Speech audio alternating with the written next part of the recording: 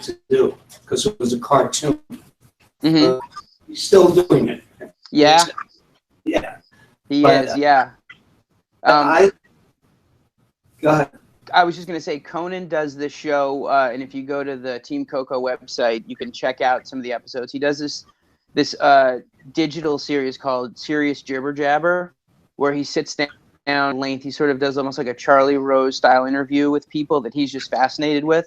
And a really fun one that you guys can find on there is he has a bunch of the Simpsons guys that he was on the Simpsons with, and it's just a roundtable discussion of what it's like to work in that room, and you know, Conan's memories and these guys' memories, and Mike was one of the guys, and it was really fascinating, especially for people who have, you know, out of school, got staffed on these shows and have just been there for, you know, almost 3 decades. It's pretty impressive.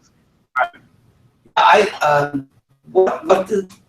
would they have to prepare? Is there a packet that you like to look for from writers? Well, specifically for the late night show, the head writer, Mike O'Brien, who just started back at Conan, they have a packet, and it's usually what'll happen is I'll get calls from agents or managers saying, "Hey, my client's interested in submitting. We hear you guys are looking for a writer," and really, it's the head writer and Conan who make those decisions. We're more involved with the shows that Conan isn't, you know, he's an executive producer on. So we're charged with finding more stuff that sort of could exist in the Conan universe and selling it and finding homes for it and then getting those shows on the air. But in terms of the Conan show, it's probably similar to most late night shows. It's a bunch of monologue jokes and then some sketch ideas. And I've been noticing recently, this goes to the other point of just, you know, putting your feet in a lot of different areas. They've also been very interested in people who go out and shoot their own stuff. We had a writer who did really well on the show and then left to go create his own show for Comedy Central, who just did a ton of stuff for Funny or Die, would write and direct and produce his own shorts. And if you're doing that, if that's a skill set you have, that's super valuable, because to not only be a writer on a late night show, but to be able to see something in the news and then write a script up and grab a camera and a couple of actors or fellow writers and run out and shoot something that can be on the air that night, that's great. Each of them has to write at least a 5-minute web series pilot and shoot it and produce it. So my advice to them is the more stuff that you can have on film that boys, the better it is. That's totally right. The more of that stuff that you have, and you obviously want it to be quality, but the more versatile you can be with what you can do, the more value you become to a staff on any show. You know, we're staffing up a series right now that we sold to TBS. It's a single camera half-hour comedy. And we're finding that even people in the writer's room who come from a performance background are super valuable because we can use them to play recurring roles on the show. We have people who are writer-directors on staff who we know can be on set for their episode and maybe even grab a B camera and go shoot some other stuff just to kind of help keep us on a very tight production schedule. So yeah, having those multiple skill sets is super, super valuable. Is that the Wyatts show? Yeah. Mm-hmm. And when does that premiere? That's not going to premiere until October. We're in the unusual position of shooting it in Canada for tax credits to try to make the most of our budget. The only other comedy that I can think of that's doing that right now is Man Seeking Woman, which is on FX that Simon Rich created. So unlike a regular sitcom, we're writing all of our scripts ahead of time and then going up to Toronto for pre-production, and we'll do table reads and try to work out any kinks in the script as we go along. But it's kind of like doing a movie. You're going to go up there with more or less your entire season written, and then we'll cross-board some of the episodes and go from there. So we're only in, I guess we're mid-February now, so we've got a long way to go, but It'll be on, I think they're end of October is what they're aiming for. We have some Canadian content in this class if you're interested. So, absolutely. I love the Canadians. Canadian writers. Well, how much, given that they're going to be fresh off the boat, so to speak, Mm-hmm. how much of that kind of material will you look at? I'm open to, I think, I pride myself on trying to find emerging voices. I mean, you know, I work with David Kissinger, who says hello, by the way. Hello back. And you know, David's been in this business for a long time and has a lot of relationships with a lot of big names in you know, comedy writing and producing. And so I feel like my strength is finding that next wave of young writers who are going to, you know, emerge and become the next big showrunners. And this show, People of Earth, the Wyatts sitcom, came about just out of a, you know, I met this guy who was a playwright in New York and just really loved his writing. He had a really unique voice, and met him when he was out here for some meetings, and we got along really well. And I introduced him to David, and he had this idea that started out as a play. It was going to be a support group. And if you guys don't know what the show is about, it's a support group for people who think they've been abducted by aliens, and then you find out that the aliens are real. So it's sort of, you're blending comedy and sci-fi in a really cool way. But this writer was going to do this as a stage play, and it would be watching people in the round on a stage, and you're wondering, is this an AA meeting? Do they have body issues? What's going on? And then you discover, oh, they're crazy. They think they've been abducted by aliens. And he decided, well, maybe this could be more than just that. Maybe it could be a series. And so it went from that to, you know, he wrote it on spec for us. We got Greg Daniels attached, sold it to TBS, shot the pilot, and it got picked up. And you know, again, like, no one had ever heard of David Jenkins before. Now he's got a show on the air, and that's really exciting for me. And there's another young writer who wrote another really terrific dark comedy on spec that our studio, Warner Brothers, just optioned. So I feel like that's how I'm most valuable. So that's my very long-winded way of saying I'm always interested in reading new writers.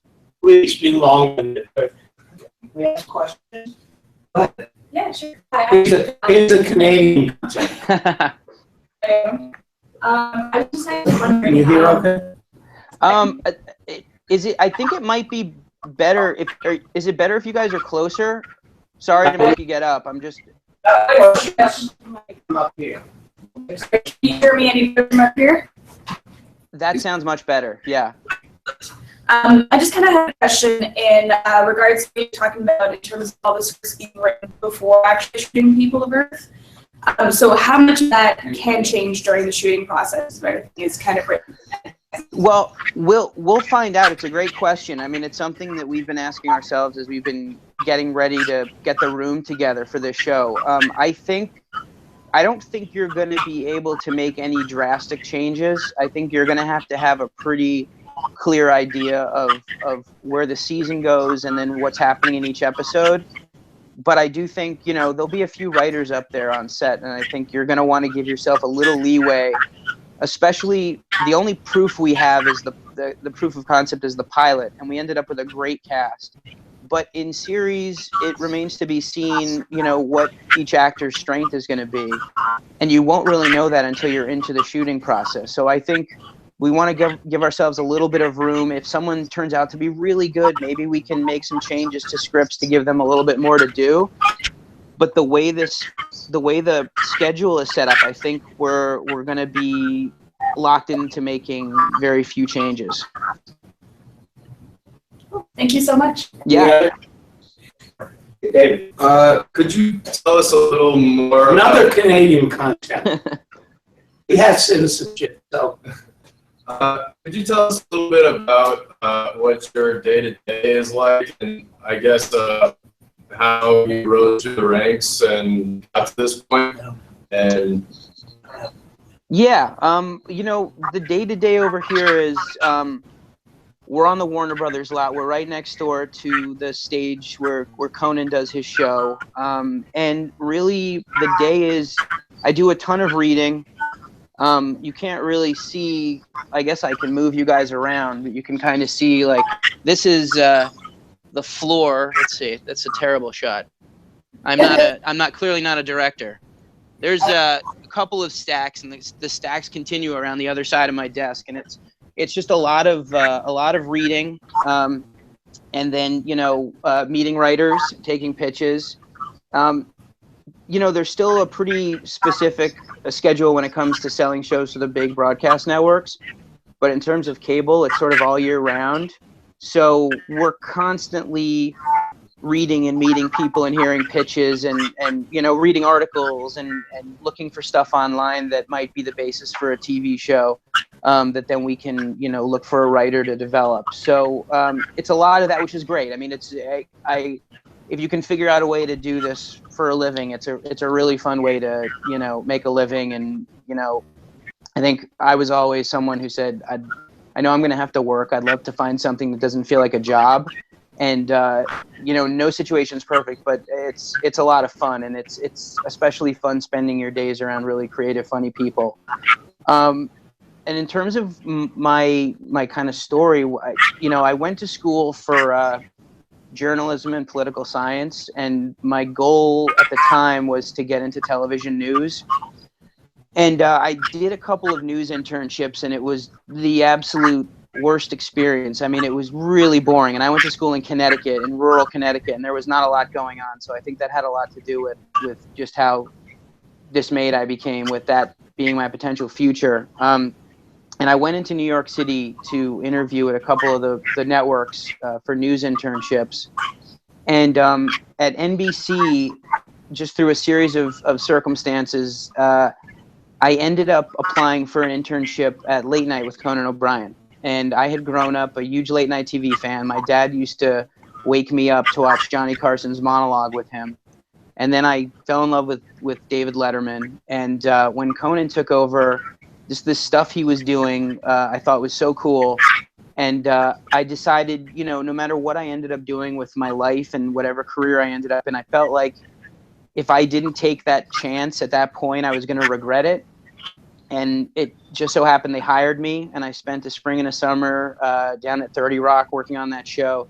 And it was eye-opening. And again, I was doing grunt work. I was, running all over town, getting coffee, picking up props for the show.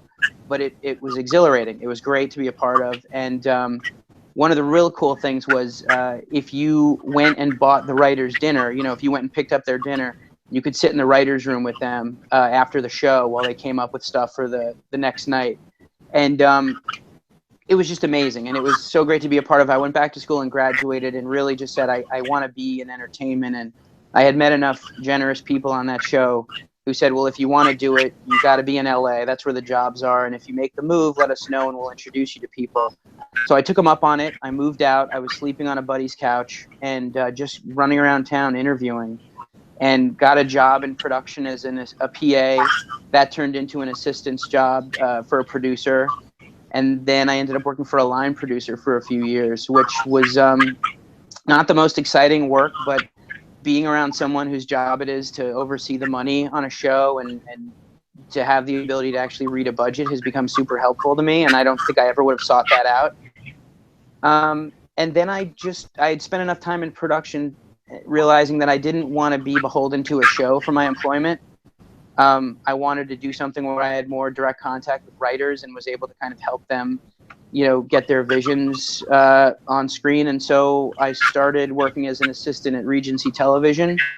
And at the time, they were one of the most successful independent studios. They were doing Malcolm in the Middle, the Bernie Mac show. So I was there for a few years and got promoted from an assistant to a manager over there. And that was my first taste of working with writers on pitches, helping them to structure a pitch, taking it out and selling it. And I just had so much fun that I realized, I feel like this is what I found my calling. I found what I wanted to do. And then a friend of mine was running the scripted department at Spike TV when they were trying to do comedy a few years ago. And we developed this show called Blue Mountain State, which is a very kind of raunchy college football comedy. It was sort of like Animal House in the world of college football. And that was probably up until that point, one of the most fun experiences I had being a part of that show. And that went for 3 seasons. And then just randomly, the opportunity to come back and work for Conan in a completely different capacity came my way. And I just knew I wanted to do it. And that was 4 years ago. And it's been fantastic. It's a great group of people. And I'm always personally a little nervous about meeting your heroes because I think sometimes, unfortunately, you can be let down. And I don't just say this because I'm an employee of his, but getting to meet Conan and work with him in this capacity has been amazing because he really is a great guy. And it shows if you spend any time with the people who work on this show. It's a really great group of people, and I think the mood and the tone he sets at the top trickles all the way down to the bottom of the staff. So it's just been a thrill, and he's very supportive of the stuff we're doing. And I think in his mind he'd rather not have anything on the air than something he can't be excited to show his friends. So in terms of pressure to get shows sold, there's definitely pressure, and we definitely want to do that. But I think we can also be selective in the things that we're going to get behind and really champion, because his name's going to be on it, our names are going to be on it, and I think we all want stuff that we can point to and say, I understand why Conan's involved with the show. So, yeah. So just as a follow-up, I think it's sort of like a better guarantee to try to pursue more of, I guess, like the logistical roles like you were taking, as opposed to creative writing roles in more studios and networks. Like, Can you just cut out there for a second? Can you say that again? I was wondering if you think that there's more opportunity in working, I guess, from like a director of programming's perspective, to work with writers as opposed to attempting to pitch as a writer. You think you get better exposure if you're, just taking any job you can, as opposed to just like spending all your time writing and hoping for the best? I think you're going to improve. I think it depends on what job you take. But I think that if you're going to write, you're going to have to commit to writing every day, no matter what. The writers that I've found that are the most successful are those people that just treat it like exercise. If you want to lose weight, you got to run you know what I mean? Like it becomes a habit for them. So regardless of what you're going to do with your time, whether it's take another job or just spend all day writing, you're going to have to actually commit to doing the writing. But I will say that having a foot in the door, even if it's not necessarily the door that you are looking to break through, gives you a leg up, because it gives you exposure to people. And it may not be that job that catapults you into a writing job, but it might be that job that lets you hear about a writer's assistant job on a different show and something else you can go after. And if you have people that work in the industry who you've worked for, who you can use as references, that also goes a long way. Having a few people who are willing to make a phone call on your behalf can really help when it comes time to get a job, because all the jobs out here they're competitive for obvious reasons. So I think having some sort of entertainment work experience while you write is a good thing. Good. Hi, I'm Stephanie. Hi. I was wondering, you were talking about reading new young writers' work, and I was wondering what makes you interested in a young writer? Is it uniqueness? Is it the ability to mirror other people's work? What do you look for? I totally get that question, and it's always a hard one to answer, because this sounds like a cop-out to say that it's just, you know, when I read it, I kind of get a feeling. But I think the better answer is there are so many people writing and trying to get their scripts read and noticed that I think the best thing you can do is find that sweet spot where you're writing something that is unusual enough or has some sort of a hook, not a hook that then you become a slave to. I'm not talking about necessarily like something like My Name is Earl, but a hook that just helps you stand out from the pack a little bit more. And then I think you just have to write. You just have to trust your voice. I wish I could be more specific than that. I mean, I think I'll go back to the script that David Jenkins wrote for People of Earth, our alien abduction support group comedy. I think what stood out for me most when I read that was it's a half-hour comedy with sci-fi elements, but he didn't treat the sci-fi elements as jokes. He found a way to take the sci-fi very seriously and not do a parody of a sci-fi show. He combined two genres in a really unique way, and that in and of itself stood out. I think the concept's very funny, but it's one of those concepts in execution, it could go a number of different ways, and I think he just sort of, again, hit a sweet spot where he was able to write a script that I think sci-fi fans would appreciate the way he treated the sci-fi, and that comedy fans would appreciate for the way that he treated the comedy. And I also would say that when you're writing comedy, I think it's very easy to kind of throw your characters under a bus and use them for jokes. But I think the scripts that I typically respond to are ones where you want to put your characters through hell, but I think you also want to respect them and treat them like real people. You know, I think Always Sunny, when it first came on the air, was such a big eye-opening thing because it was just these characters all kind of being really mean to each other, and it had a very kind of dark tone. And I love the show, and I think it's really funny. But I think that kind of started a wave of doing shows where people were just mean to each other. And I think you can pull that off, but you have to be very careful about it. And if you're just sort of doing it for the sake of trying to get laughs from characters being mean to each other, I think it's very hard to like those characters. Not that every character has to be likable, but I think there has to be something there for you to cling on to, especially in TV, because it's not a one-off. You're going to want to watch these people over a course of seasons. Yep. Does that help in any way? I don't know if I quite answered your question. Yeah, it definitely helps. Yeah, Stephanie is one of the people at UCB. Okay. And I want to know, when you were over at Regency, did you have any idea that the guy who was getting his back shaved was going to turn into a monster on Walter White? Wait. Oh, you know, I will not say that we saw. But I will tell you a quick story, because first of all, he's obviously talented, but he's one of the nicest people, if you've ever met him. But Malcolm in the Middle was winding down, and we had a British format that we saw as a vehicle for Bryan Cranston, and it was great. He was perfect, and we were super excited that this was going to be his next thing.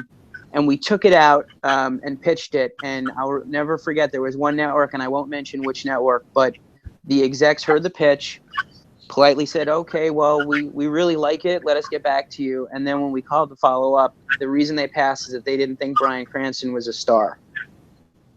Nice call. Nice. You know, and look, I get it. It's kind of easy for me now to tell that story and say, hi, you know, you guys were idiots. But at the time, you know, it's always tough to say. But clearly, he was. And I think there was a story with Malcolm in the Middle that when Linwood Boomer wrote that script originally, that the dad never spoke. The original version of that pilot was, you know, Lois was the overbearing mom and wife, and Hal never spoke. And I think whatever happened once they hired Bryan and some of the stuff he was doing, they just started to realize that this was going to be a missed opportunity. And he kind of became the oldest kid. But it was, yeah, that guy is incredible. I can't. I really hope he does television again. I don't know if he will or when, but he's phenomenal.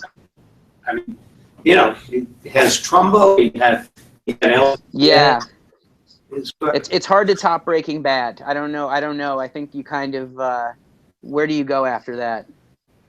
This is Rebecca. Hello. Hey, Rebecca.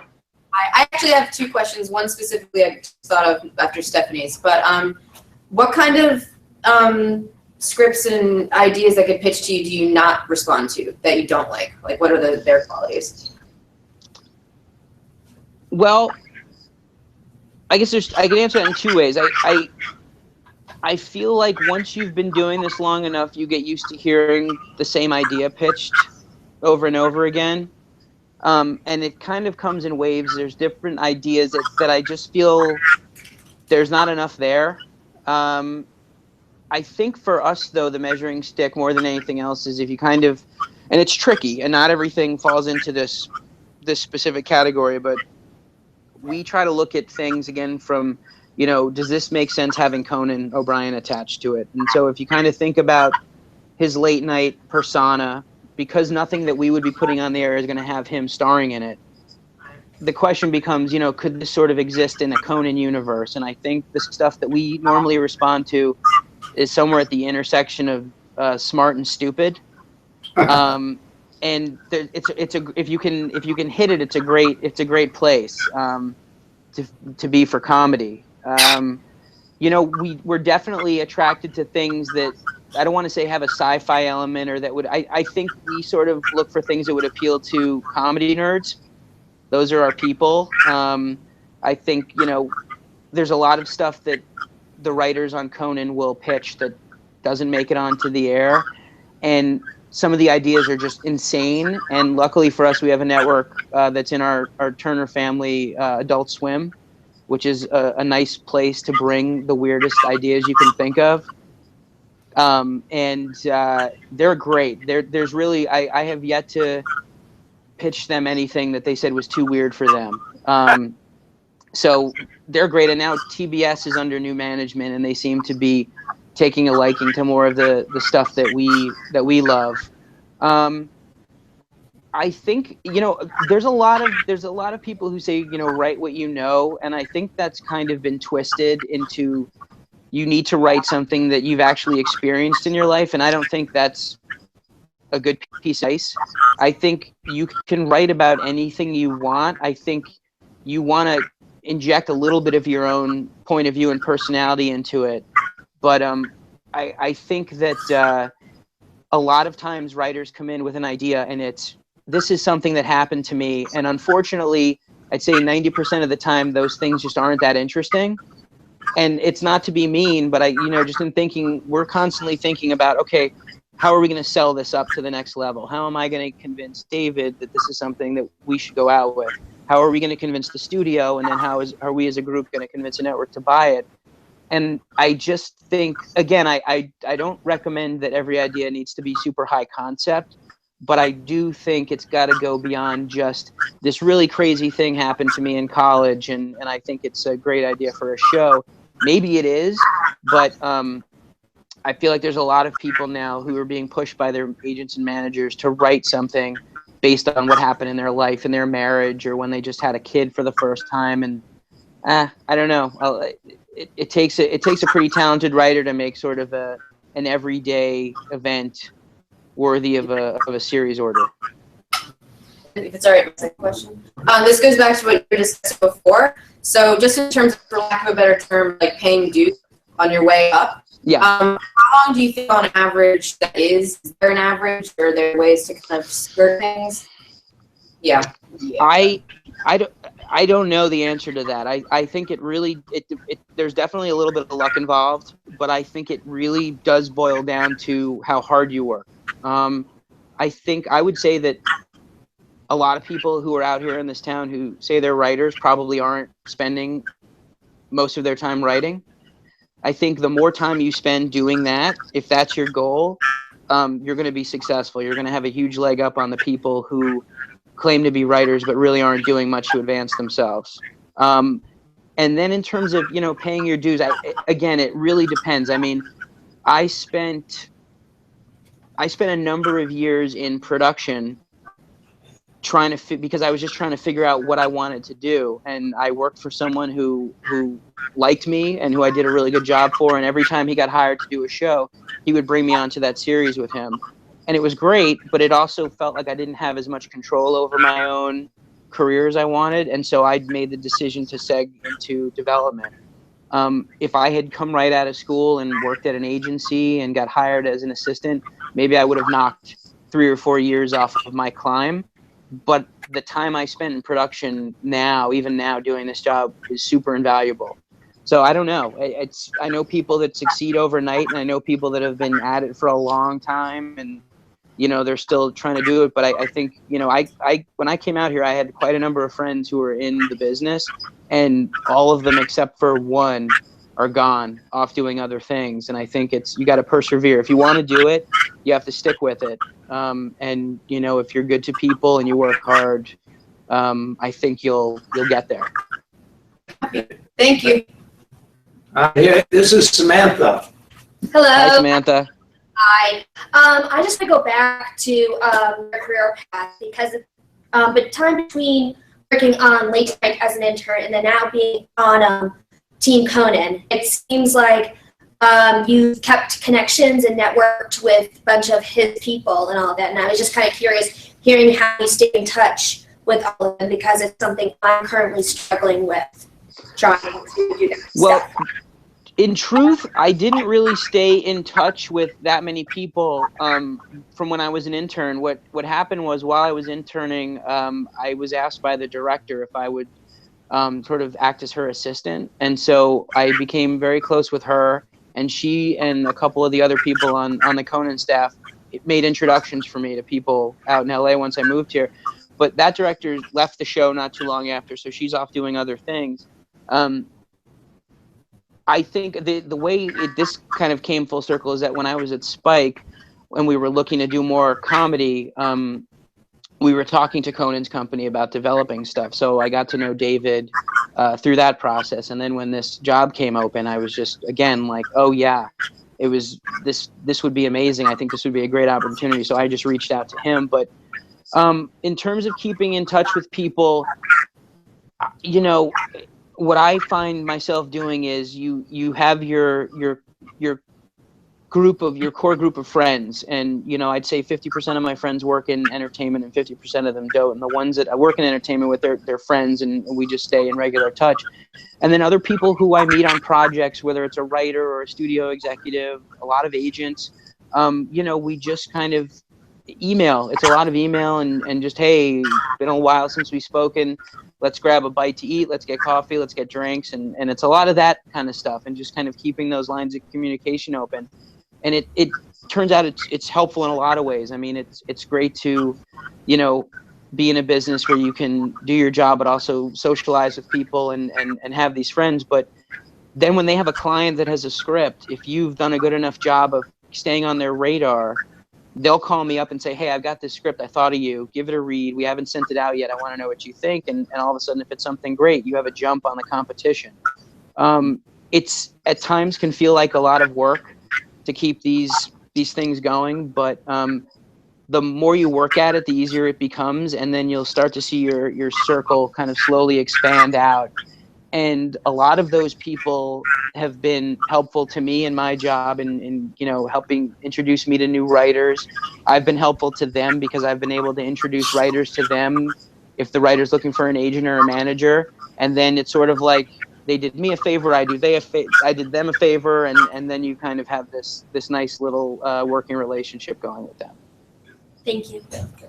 Well, I hope the Wyatts Show becomes your Everybody Loves Raymond. Wouldn't that be nice? You and me both. Yeah, that would be very nice. That would be very nice. Are you executive producing that as well? Yeah. Yeah. Fire some people when we got replacements. Great. We just finished putting our writers' room together, and it's 6 writers, which is kind of cool. It's a very small staff. But then again, TBS, they order 10 episodes, which is what they typically do. which we're kind of excited about because it's actually going to be a very serialized half-hour comedy, sort of in the vein of Last Man on Earth.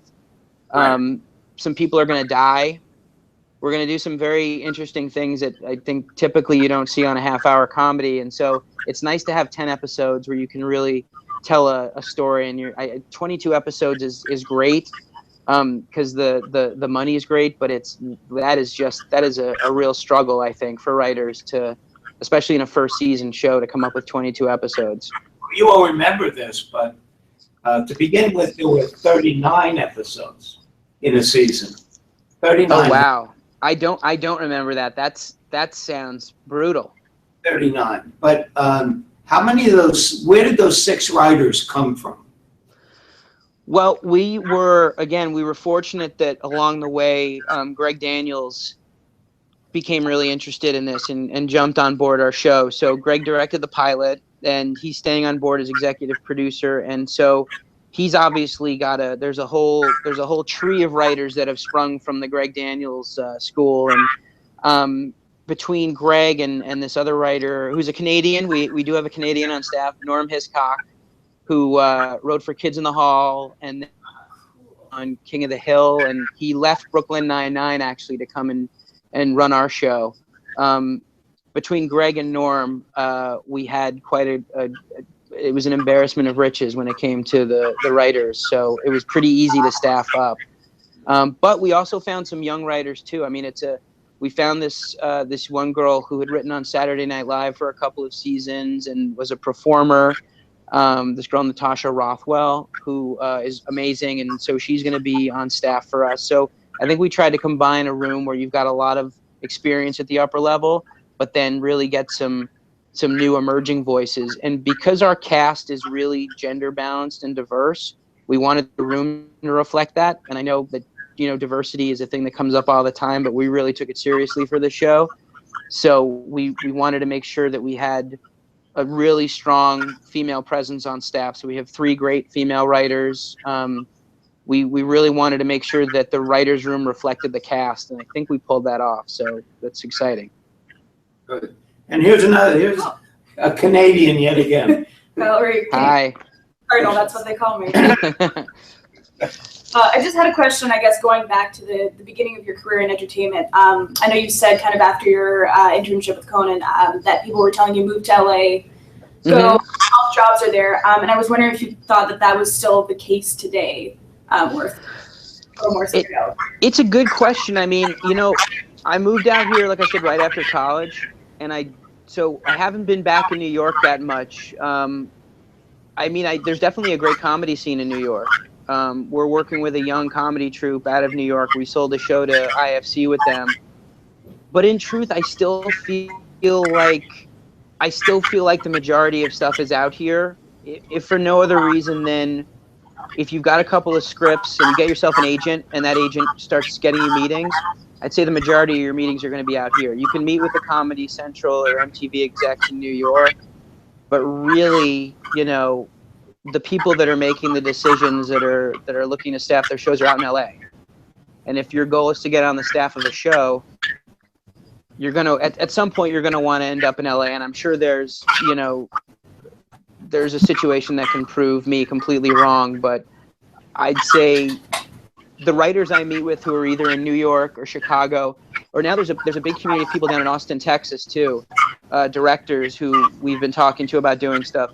All of them, when on my 3rd meeting with them, they're like, yeah, we're starting to think about moving out to LA. So I think you can hold off for a while, but eventually it's going to be where you're going to want to end up if you're going to get into television. All right, cool. Thanks so much. Yeah. Yeah, we don't want to wear you out here. That's okay. So do we have other questions? I'm sorry to tell you, but I proselytize for New York because I think, I'm from New York. Yeah. And you're from the East, so I consider you a traitor. But I tell them, and I firmly believe this in my heart, that as a writer, and I agree with you, at one point or another, everybody's going to be in LA.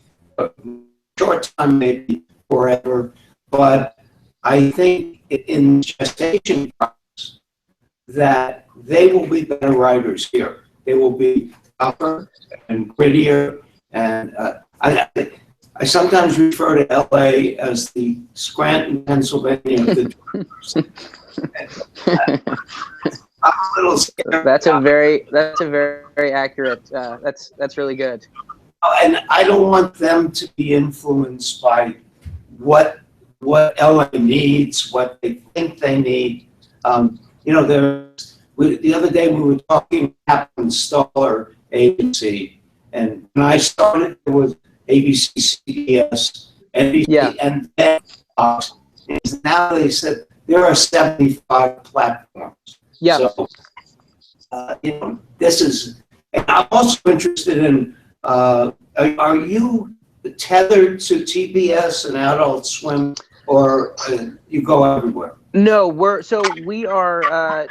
Conan's home is TBS, but we're with Warner Brothers. We have an overall deal with Warner Brothers Studios. So we're on the Warner Brothers lot, and that's where Conan shoots the show. And I think I describe the relationship with TBS as it's sort of an unofficial first look. If we have something that we really like and we're going to take it out, we'll give TBS a shot at it because it's Conan's home, and I think it only benefits us in success if we can get more programming on TBS that feels like it's an extension of Conan. But that said, we don't have to do that, and obviously Warner Brothers wants us out every year pitching to Fox and all the big broadcast networks, and we're trying to make some inroads at Hulu and HBO. That's the benefit of being at an independent studio, is obviously that you can go almost everywhere. Things are changing, though, I think, and one of the downsides of being at an independent studio is that everyone wants to own all of their content now. And so all of these networks have their own in-house studios. And when you look now at the shows that they're buying, that they're picking up, and that they're keeping on the air as opposed to canceling, the majority of them come from their in-house studio. And so things are shifting, and I think independent studios like Sony and Warner Brothers have to start figuring out a new way to do business, because if you're going to be able to maintain your independent status and be viable at all these different places, you're going to have to start figuring out a way to be okay with doing co-productions, which to this point our studio hasn't really embraced. So it's tricky. I mean, again, it is nice to have an idea and not have it be, well, it's either TBS or bust, or it's either NBC or bust. I mean, before I worked here, Conan's deal was at NBC Universal, and David was running the company, and he said, you know, he found that a lot of times they would sell stuff to NBC, and some stuff NBC clearly bought because they loved, and other times they bought stuff in a defensive way because they didn't want it getting to another network and succeeding. And David has told me numerous times that there were times where he felt like they were just competing against themselves for pilot or series orders, which isn't great. So it is nice to have the whole spectrum of broadcast and cable to go to, but it's not perfect by any means. How much animation are you doing? Sorry? You have a show that is animated, right? Yeah, we're trying to do more animation. The big one that we're in the process of working on right now is we're rebooting the Jetsons as an animated series. We're doing that with Dana Gould, a great stand-up and Simpsons writer, and Andre Duboucher, who is one of Conan's writers.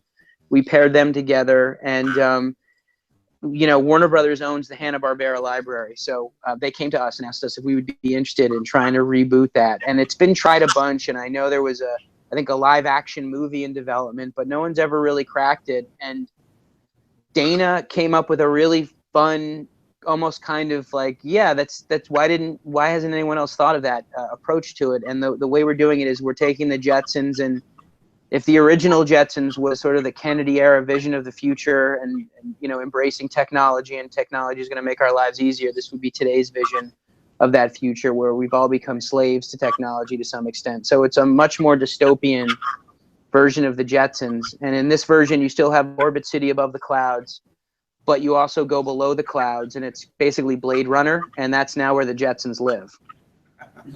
That's, yeah, we had Interactive come speak to us. And they want to, just like Disney and Universal, nothing goes in the garbage can. Right. They want to reimagine their classics for the digital. I find that our group. Hey, Norman, sorry, you're cutting out a little bit. Are you? Is this? No, I can barely hear you. Wow. Oh, there you go. That's much better. I realize scripts that should be animated. They come in as live action, and they should be animated. And I just think this is a great opportunity now.